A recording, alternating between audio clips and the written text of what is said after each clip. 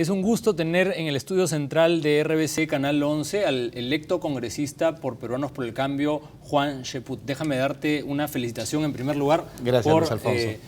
Haber sido elegido congresista de la República. Nos alegra mucho. Hemos conversado esto fuera de cámaras y muchas ocasiones en los paneles aquí en Habla el Pueblo.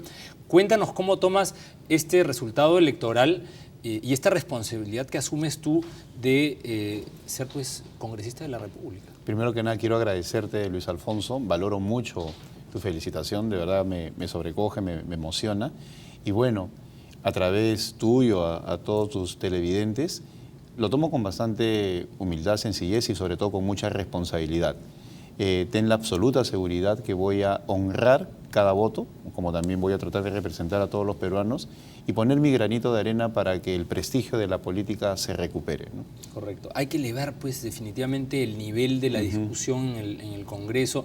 Cuéntanos ahora el tema de la campaña de esta segunda vuelta, en donde tienen que hacer un tremendo esfuerzo para poder persuadir a los electores que no votaron por ustedes que ustedes son una mejor opción de gobierno en el Ejecutivo que la opción fujimorista. ¿Qué están haciendo para eso? Bueno, la campaña la lideran Martín Vizcarra y Mercedes Arauz. Yo creo que están haciendo un excelente papel y hemos recibido los últimos resultados con cierta aprehensión, ¿no? En el sentido de que tenemos que entender de que existe un mensaje, sobre todo en las zonas del sur del país y del norte, específicamente Cajamarca, un mensaje clarísimo en materia de exigencias de servicios públicos de calidad, una mejor presencia del Estado manifestada a través de seguridad, de educación, salud.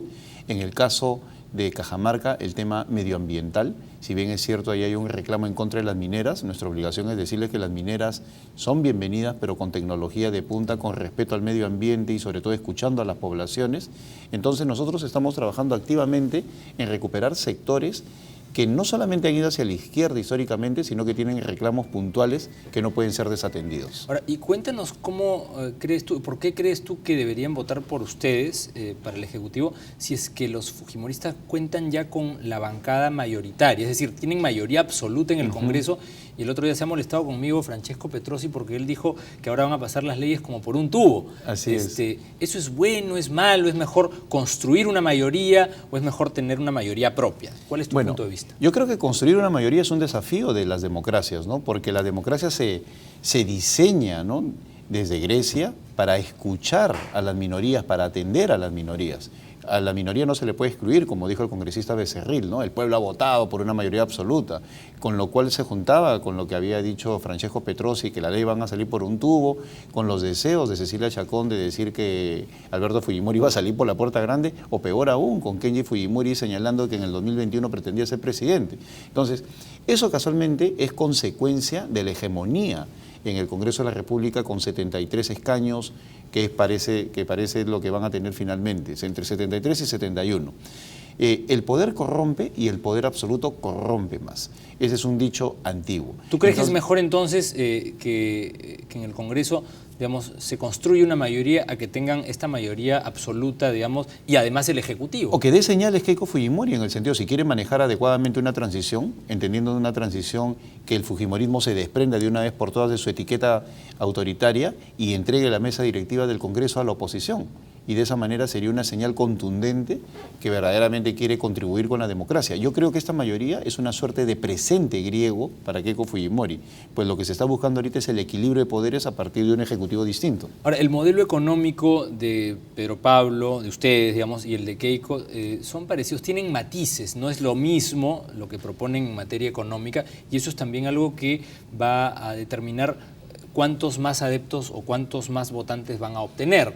¿Cuáles, dirías tú, son los principales matices o diferencias entre ustedes y los fujimoristas? Nosotros tenemos diferencias sustantivas, ¿eh? Ellos tienen un programa de gobierno de 32 páginas sin objetivos y sin metas, y nosotros tenemos un plan de gobierno que tiene 284 páginas, que tiene una clara posición de preocupación social, una vocación por las reformas contundente y sobre todo un carácter económico que implica hacer una serie de modificaciones para que el modelo llegue a todos los peruanos. Cuando nosotros estamos hablando de generar reformas sustantivas, estamos hablando de una reforma institucional, de una reforma económica que signifique disminuir la informalidad, de una reforma de servicios públicos para acercarlos a la gente a través de educación pública de calidad, una salud en la cual tú te acerques a un hospital y te den cita de inmediato y te den tu medicina de inmediato y no como ahora que te atienden pero te dicen regresa en 3 meses y regresas en 3 meses y te dicen no hay medicinas, etcétera, etcétera. Entonces, nosotros no solamente tenemos un plan de gobierno adecuado, sino tenemos un conjunto de personas con experiencia en el sector público para poner en marcha el país de inmediato. Y eso no tiene Keiko Fujimori. Ahora, y respecto al tema, digamos, del modelo, para continuar desarrollando el tema económico, en los 90 el gobierno fujimorista privatizó todo lo que pudo, es decir, fue un gobierno que aplicó una política neoliberal. En ese momento estaban de moda esas tendencias y ese modelo, y se privatizó, ya digo, buena parte, si no todo, el aparato gubernamental. Hoy los tiempos han cambiado, digamos, la gente reclama del Estado un rol más activo, digamos, que no se desprenda de todos sus activos ni de todas sus empresas. ¿Cuál es tu posición respecto del rol empresarial del Estado? Existe un rol subsidiario, es decir, que el Estado interviene en aquellos sectores en donde no puede intervenir el sector privado, con el cual estoy relativamente de acuerdo, pues ahí se trata de excluir el sector de educación y yo en lo personal, y también lo cree Pedro Pablo Kuczynski, que se tiene que fortalecer, por ejemplo, la educación pública. Yo considero que el Estado tiene que tener presencia porque es el gran catalizador. Cuando hablamos, para poner un ejemplo, de la educación, si nosotros fortalecemos la educación pública, obligamos al sector privado a mejorar para que de esa manera se compita por la oferta. Entonces, el Estado tiene que tener participación, pero a través de una buena gerencia. La buena gerencia se obtiene con un buen proceso de selección y formación. Esa selección y formación se tiene que dar a través de estamentos como, por ejemplo, Servir, o de una clara participación del sector universitario. Y entonces, el tema de salud, porque también tú dices educación es un tema, pero en salud, digamos, hay un servicio de salud muy malo que atiende al sector público, o mejor dicho, un sector público que no va a la velocidad que tienen las clínicas privadas, pero a las cuales, digamos, solo puede acceder una minoría, una élite. Mira, y sin embargo nuestro sector público, si pensamos, por ejemplo, en salud y en algunos hospitales del Ministerio de Salud, hay una gran calidad en el profesional médico. Lo que pasa es que no tiene la infraestructura necesaria ni los procesos adecuados como para hacer una adecuada gestión. Inclusive muchas veces las clínicas privadas recurren a eSalud para poder utilizar tecnología de punta que ellos no han podido adquirir, o utilizar a los mismos galenos, médicos de primer nivel, en operaciones de alta complejidad. Nosotros creemos en un esquema preventivo. La capa simple, que es aquella que exige un primer nivel de atención y que es totalmente pasajero, como por ejemplo una gripe, ese tipo de cosas, está en este momento con un nivel de satisfacción de cerca del 90%. El problema viene en la capa compleja, es decir, aquello que necesita atención, cama, cuidado, operaciones, etcétera, etcétera. Entonces, ahí tenemos nosotros que atacar para poder brindar un mejor servicio y obviamente dentro de ello está un adecuado sistema de integración del servicio de hospitales. En estos momentos están muy desagregados. El Ministerio de Salud está por separado de salud, es salud por separado de solidaridad, que es el servicio que da el Ministerio. Ahora, otra pregunta, la municipalidad. Una pregunta, Juan, que tiene que ver con un tema muy sensible que no tiene una buena regulación, el tema de los lobbies. Se acusó a Pedro Pablo de ser un candidato lobista. En el Perú la ley de lobby, la ley de gestión de intereses es muy mala, nadie la cumple. Y nadie se ha inscrito. Claro, o sea, es un saludo a la bandera, literalmente. ¿Tú no crees que ya es hora de regular adecuadamente esta figura o simplemente dejar sin efecto esa norma que, digamos, no sirve para nada, ¿no? Mira, yo sí creo que se tiene que regular, pues la gestión de intereses es algo que se da en todas partes. La gestión de intereses significa de que si existe la posibilidad de sacar una ley y esa ley puede perjudicar a un determinado sector, tú tienes el derecho de poder decirle al legislador de que la cosa está mal o se tiene que promover.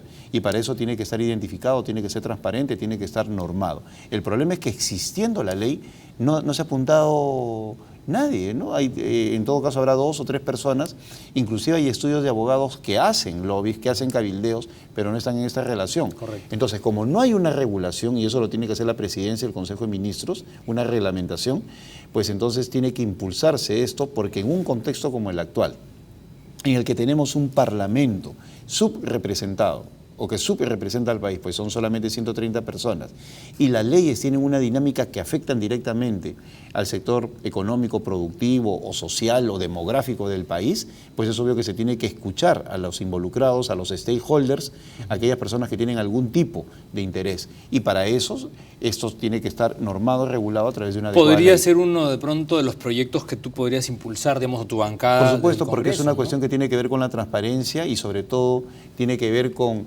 el ejercicio adecuado de la legislación que exige escuchar a todo aquel que esté interesado. Claro. Ahora, regresemos al tema de la campaña de esta segunda vuelta. Es una nueva campaña. Efectivamente. Cada declaración de un vocero puede sumar votos o restar votos. ¿De acuerdo? Las declaraciones de estos señores que has mencionado tú han generado mucha controversia y yo creo que los está afectando negativamente. Es como cuando Jorge Treyes dijo matamos menos, eso también fue un golpe duro a la postulación anterior. Ayer, o antes de ayer, perdón, Keiko Fujimori tuvo unas declaraciones muy duras contra Pedro Pablo Kuczynski. Así es. Kuczynski no le ha respondido. Bueno, porque nosotros creemos de que el debate tiene que ser alrededor de propuestas y no de desinformaciones o de cuestiones que no tienen que ver en absoluto con lo que significa un cotejo de ideas con lo cual se beneficie la población. En estos momentos, por ejemplo, hay un debate, desde mi punto de vista perverso de parte del fujimorismo, sobre el seguro de desempleo y la CTS. Ellos argumentan que se va a quitar la CTS cuando nosotros, ni en el plan de gobierno, ni verbalmente por ninguno de nuestros voceros hemos dicho nada. Pero hacen el ridículo por lo siguiente. El seguro de desempleo es defendido por la Organización Internacional del Trabajo, está en el convenio 102 y es de mucha mejor calidad y es más protector que la CTS. Lo que nosotros estamos señalando es que la CTS, existiendo y respetándose el derecho de aquellos que ya la han adquirido, se va a complementar con un seguro de desempleo que te va a permitir estar entre 4 y 5 meses con un sueldo equivalente al 80% de lo que percibías mientras estás buscando trabajo. Hoy en día la CTS no te protege en absoluto porque se ha distorsionado su efecto. La gente utiliza su CTS para comprar un televisor, una casa, arreglar un cuarto o comprarse un auto. Y entonces cuando empiezan los episodios de desempleo, pues simplemente no tienen ni un sol. Entonces, nosotros, ¿qué es lo que decimos? El que quiere su CTS que continúe, el que quiere un seguro de desempleo puede obtenerlo, pues es lo que pide la OIT y de esa manera se va a mejorar la calidad de la protección a aquel que pierde el trabajo. Pero sin embargo, los fujimoristas que no tienen ni una idea, salen a cuestionar a través de memes, una serie de cosas, una buena propuesta que ayudaría sobre todo a los más jóvenes, con lo cual distorsionan su propio deseo de querer debatir. ¿Y qué piensas tú de otro tema de la campaña? Hablábamos ayer con un experto en temas políticos de las campañas de miedo. En la primera vuelta estuvo el miedo hacia Verónica Mendoza y el chavismo y la gente reaccionó. En esta segunda etapa, la campaña de miedo es que Kuczynski es muy mayor, que Kuczynski no está bien de salud. Digamos, hay en el mundo de los rumores, ¿no?, todas estas informaciones que permanentemente ustedes tienen que salir a desmentir. Kuczynski tiene que salir a decir que él está sano, que él está, digamos, en pleno uso de sus facultades. ¿Tú qué piensas de la guerra sucia? Porque eso es algo que se da todos los días. La guerra sucia es inevitable en una campaña política, sobre todo de tanta intensidad como lo que es una segunda vuelta, ¿no? No lo vamos a poder evitar. Pero lo sorprendente es que la practican aquellos que dicen que quieren una mejor segunda vuelta, con propuestas, con ideas, y sin embargo estamos invadidos por troles, por memes, en las redes sociales, día y noche, acusando a Pedro Pablo Kuczynski de una serie de cosas sin sentido, entre ellas el tema de la edad. Pero si nosotros maduramos como sociedad, veremos que eso es completamente tonto, ¿no? En el caso chileno, que está pasando por una situación compleja en lo económico, la sociedad chilena está reclamando que el próximo presidente sea Ricardo Lagos, y Lagos tiene 78 años. ¿Y por qué lo señalan? Porque dicen de que en un momento de turbulencia, la experiencia de Ricardo Lagos sería importantísima para conducir a Chile. El mejor presidente de los últimos años en América Latina, porque condujo a Uruguay al umbral del desarrollo, fue Pepe Mujica, que sobrepasa los 80 años. Entonces, si bien es cierto, la edad puede ser un cuestionamiento, también tiene muchos atributos positivos. Dentro de ellos, por ejemplo, la sabiduría, la cabeza fría, la experiencia, ¿no? Cosas que son saludables, en desmedro de una persona que como Keiko Fujimori, que yo creo que ha madurado, que es una persona que genera en estos momentos, tiene un afán por el diálogo, no lo puedo negar, pero que lamentablemente está rodeada de gente que está influyendo en ella en estos tópicos de atacar, de guerra sucia, etcétera, etcétera, con lo cual su propia candidatura está siendo socavada. Yo abrí el programa, Juan, recordando el episodio que hoy se conmemora y es el rescate de los rehenes de la residencia del embajador de Japón por parte del comando Chavín de Huántar. ¿Cuál es tu posición respecto a ese hecho histórico que hoy se conmemora? Bueno, en primer lugar, gloria y honor a nuestros héroes que definitivamente hicieron una operación que ha sido catalogada como una de las más exitosas en el mundo.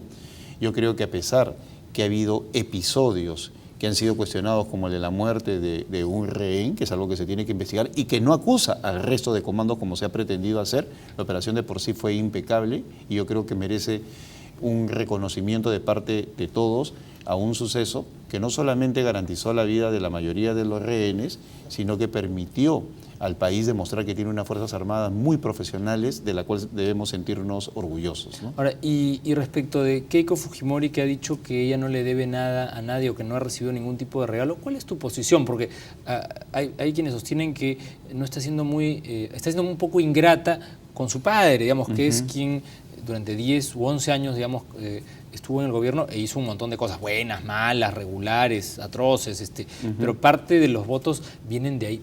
¿Tú qué piensas? Yo rescato en Keiko Fujimori, que ha construido un partido, que en los 5 años ha trabajado intensamente para tener una organización política y creo que allí de plano se diferencia de lo que fue su padre.